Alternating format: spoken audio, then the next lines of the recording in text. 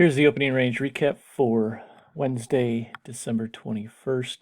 Looking at the Dow first, we're going to look at the 25%. The opening range was very small today, only 46 points. It hasn't been that small since mid-August. So when there's still some volatility in the markets and you end up with a small opening range, usually that can tend to be some trouble.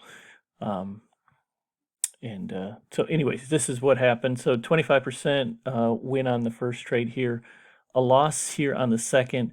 This missed it by a tick and then went down to the 25. So it needed to get to 72, it got to 71, and then immediately went and would have been a winner on the 25%. So however you want to handle it, officially that is the entry, and officially that is a loss. Why it makes a difference is because if this is a win, then this would be your first loss on trade 3, and then this would be a most safe entry, 25%. But because it did not hit that extra tick, it's a loss here, so making this your first 25% most safe entry. You lost, so you would triple up here, and you won, so it was break even. So that one tick made a difference between when you entered the particular trade. So again, just to recap, 25% win here, loss here, win here. So you broke even on the 25% and then a win here. And that was not a most safe trade. So 2 most safe trades on the Dow officially on the 25%, and you broke even on those 2. Now the 50% was a win here, loss here.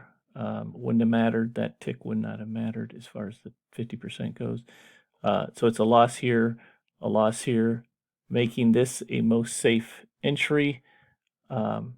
It lost, so you double up here, and that was a winner. So you had 2 break even, 2 trades on the 50%, which ended up being break even on the Dow as well. Now we'll go to the NQ. Let me move this to the 1 minute second. So the NQ was the cleanest of them.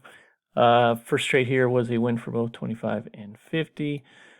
Second trade here was a loss for 25 and 50, making this a most safe entry for the 25, which was a win worth 9.5 points.